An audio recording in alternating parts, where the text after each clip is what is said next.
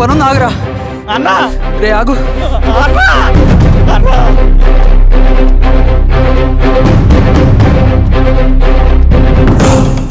నక్సల్ నాయకుడు సింగన్న లొంగుబాటు ఎంతో కాలంగా శ్రీరామగిరి చుట్టుపక్కల పోలీసులని తీవ్ర ఆందోళనకు గురి చేసిన ప్రజా ప్రతిఘటన దళ నాయకుడు సింగన్న నేడు గ్రేహౌండ్ పోలీసుల సమక్షంలో జనజీవన స్రవంతిలో కలిసిపోయాడు. తన తదుపరి కార్యాచరణ త్వరలో వెల్లడిస్తానని సింగన్న చెప్పారు. సింగన్న సుదీర్ఘ పోరాటం నుంచి అకస్మాత్తుగా జనజీవన స్రవంతిలో కలవడానికి కారణం ఇంకా తెలియాల్సి ఉంది. స్ట్రాటజీ గురించి చెబుతుంటే నేను ఏమో అనుకున్నా.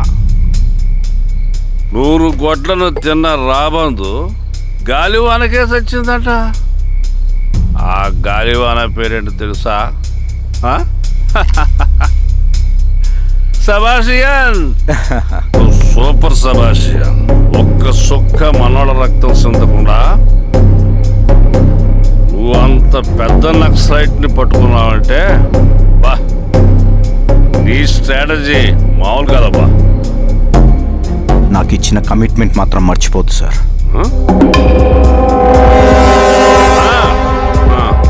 చేసాపో, తీసుకో, పోయేస్తా. సూపర్ అబ్బా, సూపర్.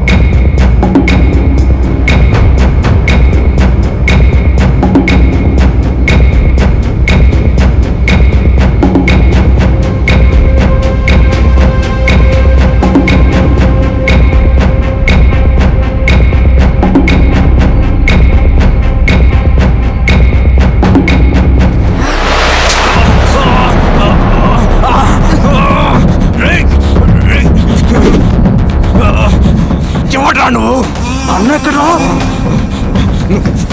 నువ్వు సింగన్న మనిషివా? అడిగిన దానికి మాత్రం సమాధానం చెప్పు. సింగన్న కోసం చేస్తావా? భవిష్యత్తు గురించి ఇప్పుడే మాట్లాడా? జీవితం మీద రాసుంటే చెప్పరా? నాకు టైం లేదు. చెప్పను. నీ గొంతులో దిగిన మామూలు కత్తి కాదు, విషం పూసిన కత్తి. 2 నిమిషాల్లో నీ చావా బతుకో డిసైడ్ అయిపోతాయి. చెప్పు. చెప్తాను. శ్రీనివాస లాడ్జిలో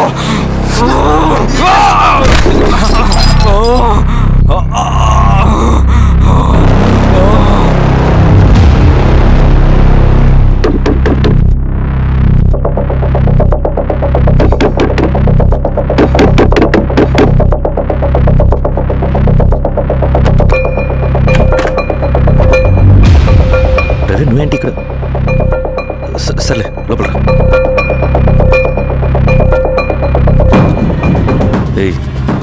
ఏంట్రా ఇది?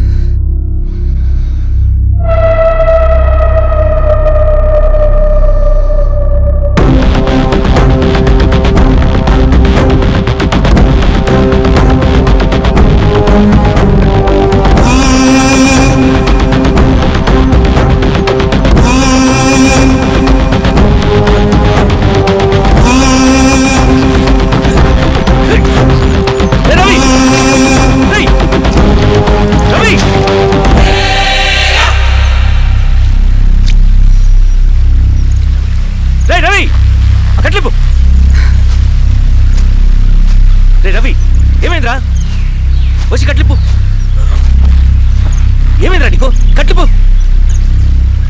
రే, ఆ పోలీసుకి లొంగిపోవటం, ప్రెస్ మీట్లో మాట్లాడటం అంతా నిజం అనుకుంటున్నావా? రే, అవంతా ఒక స్ట్రాటజీరా. యుద్ధంలో శత్రుబలు పెరిగినప్పుడు మనం మొండిగా ఎదురెళ్ళకూడదు, లొంగిపోయినట్టు నటించాలి.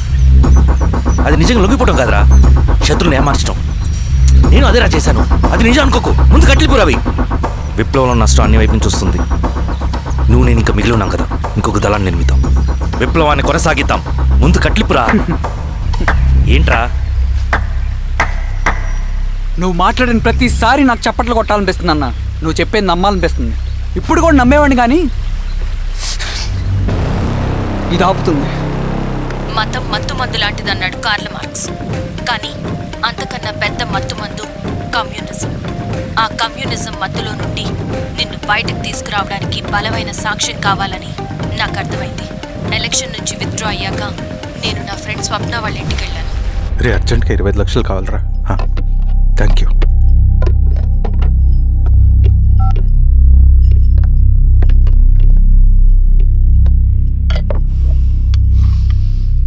చాలు.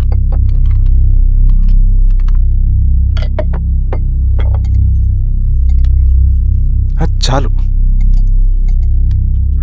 చలో అని చెప్పాను కదా, అర్థం కాదే? ఏవండి ఏవండి, ఏమైంది స్వప్న? నేను గమనిస్తూనే ఉన్నాను, మీరు ప్రశాంతంగా లేరు. శిరీష, ఆయన బిజినెస్ చాలా ఇబ్బందిగా మారింది. బయట అప్పు తెచ్చి మరీ ఇన్వెస్ట్ చేశారు. వర్క్స్ అన్ని సగంలో ఆగిపోయాయి. కాంట్రాక్టర్స్కి బాగానే మిగులుతాయి కదా. ఆయన ఏదీ క్లియర్గా చెప్పరు. నేను మాట్లాడినా డబ్బులైతే నేను హెల్ప్ చేస్తాను.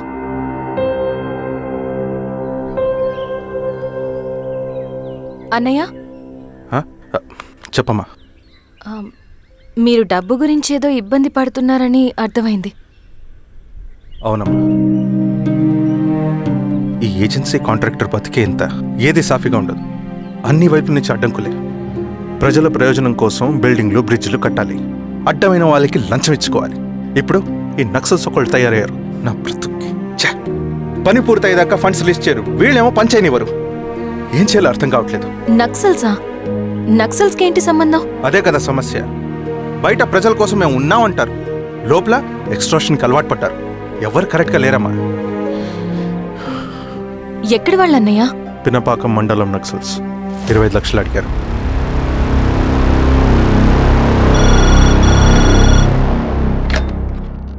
హలో ధర్మ, ఆ సింగన్న దళం గురించి నీకు ముఖ్యమైన విషయం చెప్పాలి. సరే, ఓకే, బాయ్. నీతో పర్సనల్గా మాట్లాడాలి. ఏ, బయటకెళ్ళు. చెప్పు. అన్నయ్య చనిపోయిన తర్వాత ఎలక్షన్స్ లో పోటీ చేసిన నన్ను సింగన్న దళం కిడ్నాప్ చేశారు. కానీ అక్కడ ఒక వ్యక్తిని చూశాను. ఆ వ్యక్తిని అన్నయ్య చనిపోయే ముందు తన దగ్గర డబ్బులు తీసుకోవడం గమనించాను. ఆ క్షణమే సింగన్న దళంపై నాకు అనుమానం వచ్చింది. I'll take care.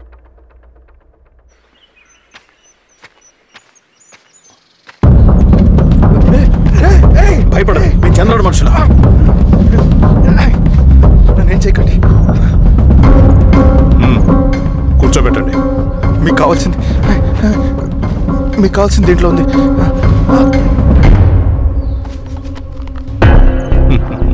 కాంట్రాక్టర్ డబ్బులు కదా, కొత్తగా ఉన్నాయి.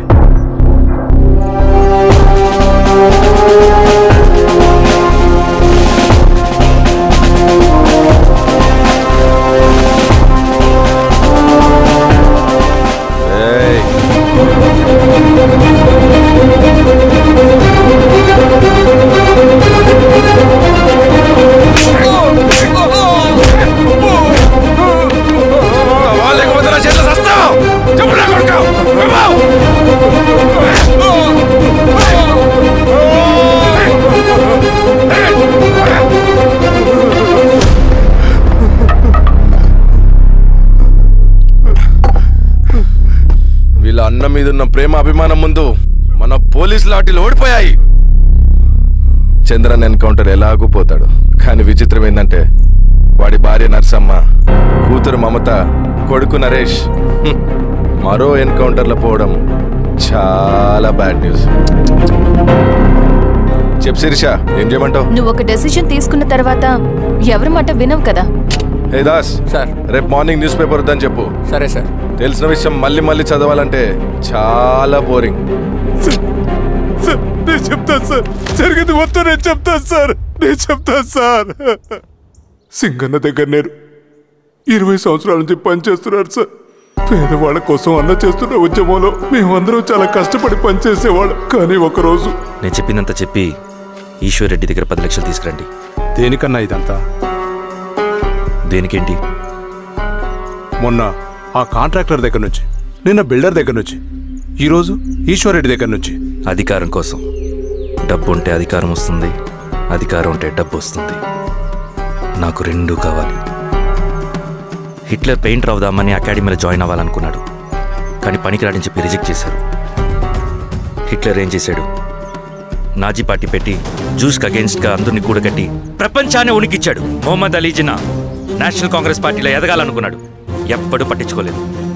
ముస్లిం లీగ్ పార్టీ పెట్టి ఇండియాని రెండుగా చీల్చేశాడు. పాకిస్తాన్కి ప్రధానమంత్రి అయ్యాడు. ప్రపంచంలో ఎక్కడైనా సరే 2 కులాలు, 2 మతాలు, 2 ప్రాంతాల మధ్య చిచ్చి పెడితే చాలు, అధికారం వెతుకుంటూ మన కాళ్ళ దగ్గరకు వస్తుంది. జమ్మూ అండ్ కాశ్మీర్ నుంచి మహారాష్ట్ర, గుజరాత్ ఎక్కడైనా సరే, ఎవరైనా సరే ఇదే గేమ్. నేను అంతే. ఒక మామూలు కార్యకర్తగా దళంలో చేరాను నేను. కానీ ఈరోజు న్యూస్ పేపర్లైనా సరే, జనాల్లో అయినా సరే, ఎక్కడైనా సరే ఒకే పేరు, Singanna, Singanna, Singanna. And I love that. Naxals కొంటే ఈ అడవినే శాసిస్తాం, రాజకీయాల్లోకి వస్తే రాష్ట్రాన్ని శాసిస్తాం. చంద్ర, మన చదువులకి, మన తెలివితేటలకి ఈ అడవిలోనే మగ్గిపోవాలా? నువ్వే ఆలోచించుకో. ఆ మాటలు విన్న నేను ఆలోచనలో పడ్డాను. తన స్వార్థం కోసం ఉద్యమమును పెడదారి పట్టిస్తున్నాడని అప్పుడే అర్థమైంది. కానీ నాకు వేరే దారి లేదు. సింగన్న ఆదేశం ప్రకారం మేము వెంటనే వెళ్ళి ఈశ్వర్ రెడ్డిని కలిశాం. సింగన్న పార్టీ ఫండ్ కోసం 10 లక్షలు ఇమ్మన్నారు. ఆ డబ్బులు ఇస్తే రైతు కూలీ సమస్య ఉండదని చెప్పమన్నారు. అంత డబ్బా నేనెందుకు ఇవ్వాలి? నువ్వు గెలుస్తావనే భ్రమలో ఉన్నావు. ప్రజలంతా అమాయకులు కాదు రెడ్డి. ఈ ఊళ్ళో ఏం జరుగుతుందో నువ్వు మాకు చెప్పక్కర్లేదు. మీకు పార్టీ ఫండ్ ఇస్తే మాత్రం నేను గెలుస్తానని గ్యారంటీ ఏంటి? తప్పకుండా గెలుస్తావు. ఆలోచించుకో, తెలివైన వాడివి.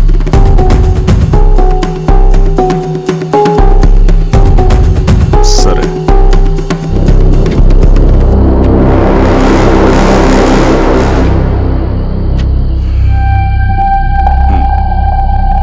కానీ నాదో కండిషన్.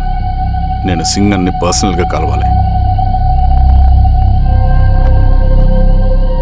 చూస్తా, కానీ ఒక విషయం, ఈ మ్యాటర్ బయటికి రాకూడదు. జాగ్రత్త. సింగన్న స్ట్రాటజీ ప్రకారం మాకు ఈశ్వర్ రెడ్డి దగ్గర నుంచి డబ్బులు వచ్చాయి. అప్పుడు నరసింహుల్ని పిలిపించి, నువ్వు ఎలక్షన్ నుంచి విత్డ్రా అవ్వాలి నరసింహులు. విత్డ్రానా? 30 సంవత్సరాల తర్వాత వచ్చిన అవకాశం అన్నా ఇది. గెలిచే ఎన్నికల్లోంచి తప్పుకోమంటారేంటి? ఎందుకన్నా? నిన్ను ఈ ఎలక్షన్లో నిలబెట్టింది కమిటీయే, విత్డ్రా చేయమనేది కమిటీయే. సెంట్రల్ కమిటీ ఏం డిసైడ్ చేసినా అది మనం ఫాలో అవ్వాలి. మనకి వేరే ఆప్షన్ లేదు.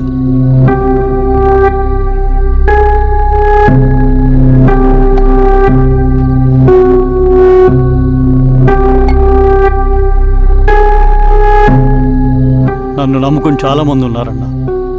మీరు వద్దన్నా సరే నేను ఇండిపెండెంట్గా పోటీ చేస్తా. నీ పట్టుదల నాకు అర్థమైంది నరసింహులు. సెంట్రల్ కమిటీతో మరొకసారి నేను మాట్లాడతాను. కొంచెం వెయిట్. తొందరపడద్దు. లాల్ సలాం. లాల్ సలాం.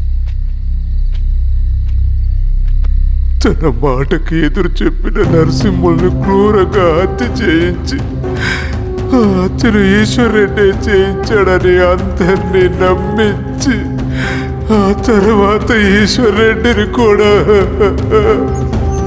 ఏంటి ఈశ్వర్ రెడ్డి గారు, కలుద్దామనుకున్నాం కానీ ఇలా కలుస్తామనుకోలేదు. ఏంటంత కోపం? ప్రజానాయకుడు నరసింహులు చంపినందుకు నీకు మరణదండనే. ఇంతకీ నన్ను ఎందుకు కలుద్దామనుకున్నావు? నరసింహ చావుకి నాకు ఏ సంబంధం లేదు. నిన్ను కలిసి ఊరు సమస్యలు, ప్రజా సమస్యలు పరిష్కరించు. అడవికి సింహం రాజు, అడవైనా ఊరైనా ఈ సింగన్నే రాజు.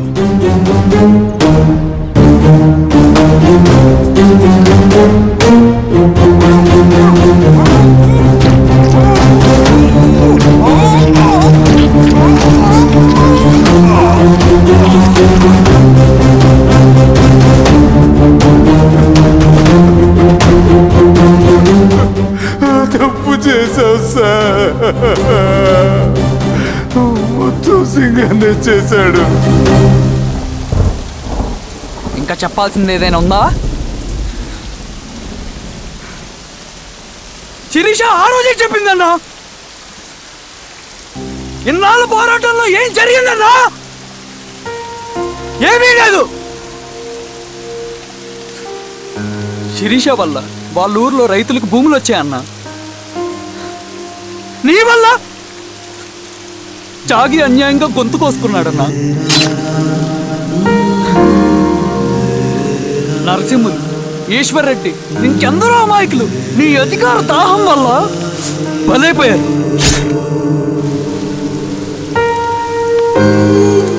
వీరస్వామి, పల్లెనప్పన్, ఇంకెంతో మంది పోలీసులు నీ కుట్రలో కాలిపోయారన్నా. ఏంటన్నా నీ వెనుకున్న పాపానికి మన దళ సభ్యులు ఎంతో మంది అమాయకులు చచ్చిపోయారు.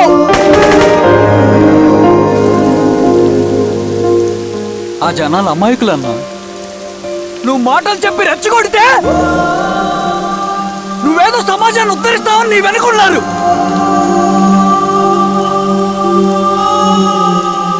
వాళ్ళకి కావాల్సింది కరప్షన్ లేని సమాజం. అది ఊరైనా అడివైనా.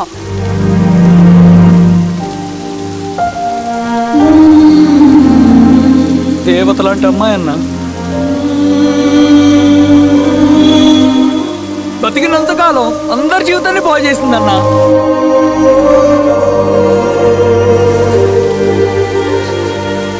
నా చేతులతో చంపించావు. నన్ను మనిషిని కాకుండా చేశావు. ఈ జెండా అడ్డు పెట్టుకుని చేస్తున్న దురాఘాతాలు, ఈ సిద్ధాంతపు ముసుగులో జరుగుతున్న హింస, దోపిడీ, మోసం అన్నీ ఆగాలి, ఆగిపోవాలి.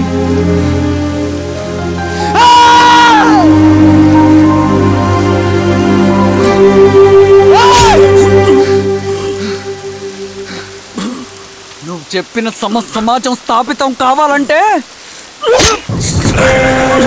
నువ్వు సమాధి కావాలి.